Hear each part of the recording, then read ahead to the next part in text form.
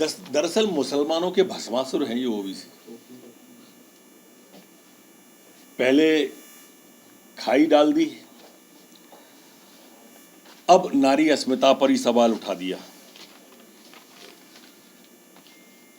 इसमें अपना सम्मान समझते हैं, नारी की अपमान में वो वंदे मातरम बोलने में सबसे पहले यही उठे थे, और अब महिलाओं के ऊपर उन्होंने ये टिप्पणी की है।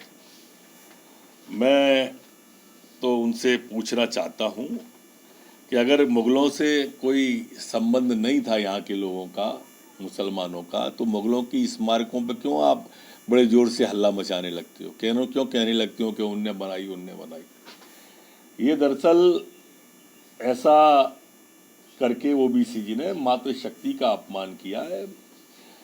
जब भी महिलाओं के अधिकार की बात आएगी, आपने कभी ओबीसी जी को बोलते नहीं देखा होगा, कभी महिलाओं के सम्मान पर बोलते नहीं देखा होगा। ये इनकी मानसिकता है।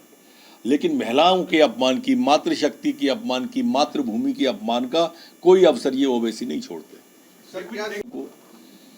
कि ये हिंदुस्तान है, यहाँ प्रधानमंत्री मोदी जी और अमित शाह का शासन है। अब ये सब नहीं चलने वाला। वो दिन हवा हुए जब पसीना गुलाब था। अब इत्र भी मलोगे तो खुशबू नहीं आएगी। जेल में बिरयानी देने अब नहीं जाएगा कोई कांग्रेसी। केरल में भी एक राहुल गांधी जी टिप्पणी करेंगे भी नहीं ऐसी चीज़ों पर। वो तो जहाँ जाते हैं, चुनाव के लिए जाते हैं, जनता को सिर्फ वोटर मानते हैं, इसलिए खामोश हैं। देश की अपमान की बात होती तो विदेश में जाके टिप्पणी कर देते। मुगल बादशाहों की दरअसल मुसलमानों के भस्मासुर हैं ये ओबीसी। पहले खाई डाल दी, अब नारी अस्मिता पर ही सवाल उठा दिया।